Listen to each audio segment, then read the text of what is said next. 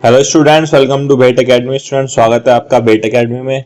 इससे पहली वीडियो में मैंने आपको एक्सरसाइज 3.1 कंप्लीट करा दी थी और बताया था रिप्रेजेंट कैसे करते हैं किसी भी दो इक्वेशंस को ग्राफ पर, और सॉल्यूशन के बारे में बताया था। जब दो लाइंस इंटरसेक्ट करती हैं एक पॉइंट पर, तो मैंने आपको बताया था वहां पर सिर्फ एक तरह का सॉल्यूशन होता है, जिसको मैंने बोला था वन सॉल्यूशन, और वो सॉल्यूशन यूनिक होता है। ठीक है, तो आपके पास वो सॉल्यूशन के बारे में कैसे पता चलता है? मान लीजिए आपके पास ये दो इक्वेशंस दी गई हैं और इनके आप कोफिशिएंट निकालते हो। ठीक है, a1/a2 कोफिशिएंट का रेशियो निकालते हो, b1/b2 और c1/c2।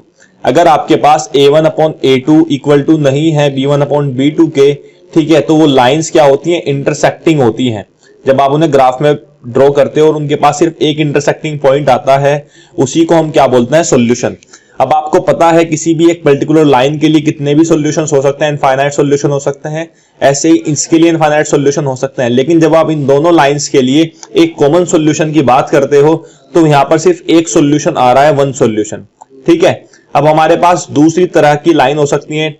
यहां पर जब आप a1/a2, b1/b2 और c1/c2 करते हो, तो ये तीनों इक्वल आती हैं। ठीक है, ये क्या आती हैं? इक्वल आती हैं। और इस तरह की लाइंस कोइंसिडेंट करती हैं, मतलब ये जो लाइंस होती हैं ये एक के ऊपर एक होती हैं, ये एक ही लाइन, आप इसको समझ सकते हो। अब ये जो लाइन होती है इनके पास इनफाइनाइट सॉल्यूशन होते हैं, इसको हम बोलते हैं इनफाइनाइटली मैनी सॉल्यूशंस।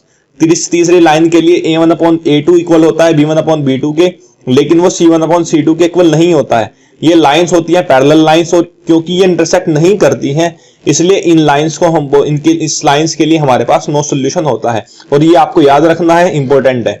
चलिए अब हम बात करते हैं नेक्स्ट एग्जांपल नंबर 4 की तरफ। इसको देखते हैं कि क्या ये कंसिस्टेंट है या नहीं है। तो कंसिस्टेंट का मतलब ये है, अगर वन सॉल्यूशन आ रहा है तो कंसिस्टेंट है। x + 3y = 6 और 2x - 3y = 12, ये दो इक्वेशन दी गई हैं। यहाँ पर ये x की वैल्यू पुट करनी है और हमने y को लिख लिया है x के टर्म्स में।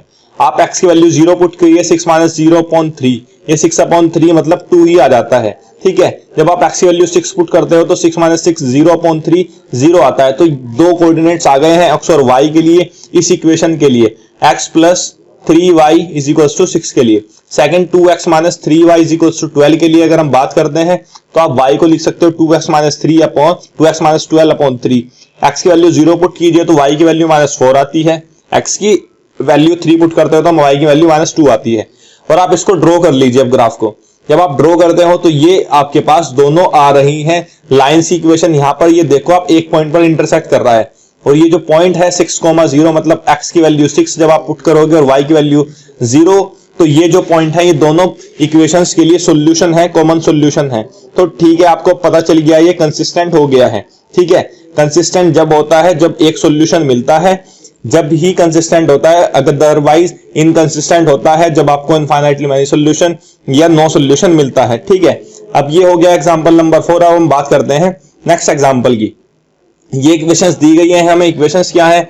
5x - 8y x - 8y + 1 = 0 है।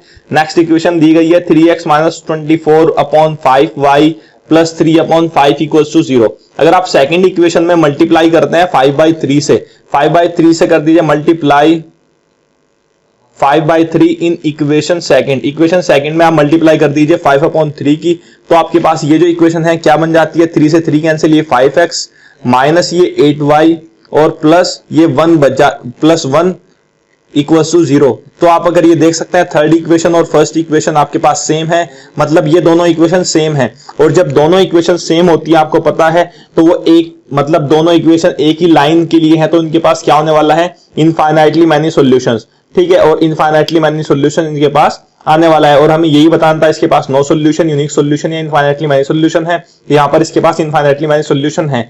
इनफाइनाइटली मैनी सॉल्यूशन के लिए कंडीशन मैंने आपको बताई थी, a1/a2 = b1/b2 = c1/c2 होती है। ठीक है, जब कभी भी आपके पास इनफाइनाइटली मैनी सॉल्यूशन है तो आपको तीनों जो रेशियो होता है वो इक्वल होता है।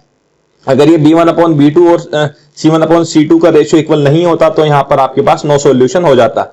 अब हम मूव करते हैं एग्जांपल नंबर 6 की तरफ। एग्जांपल नंबर क्या है? एग्जांपल नंबर 6 में चंपा सेल में जाती है कुछ पैंट्स और स्कर्ट्स खरीदने के लिए। जब वो अपनी फ्रेंड से पूछती है तो उसने कितने खरीदे, तो वो आंसर देती है कि जो उसने स्कर्ट्स खरीदे हैं वो 2 कम है twice the number of pants जितने खरीदे हैं। अगर उसने पैंट्स एक्स खरीदी हैं तो उसने 2x-2 कितने खरीदी हैं, स्कर्ट्स खरीदी हैं। तो हमने स्कर्ट्स को एज्यूम कर लिया है y, तो ये फर्स्ट इक्वेशन बन जाएगी, ठीक है। और उसने बताया स्कर्ट्स जो खरीदी हैं उसने वो 4 कम खरीदी है, किससे, जब आप 4 गुना करते हो नंबर ऑफ पैंट से। तो ये आपके पास 2 इक्वेशंस आ गई हैं इस तरीके से। तो यहां पर आपके पास y = 2x-2 और y = 4x-4 आ गया है। तो सिंपली आप यहां पर x और y की वैल्यू पुट कर दीजिए। x और y की वैल्यू 2x-2 है, ठीक है। x की वैल्यू आप पुट करते हैं 2 तो y की वैल्यू भी 2 आती है। x की वैल्यू 0 पुट करते हैं तो y की वैल्यू -2 आती है।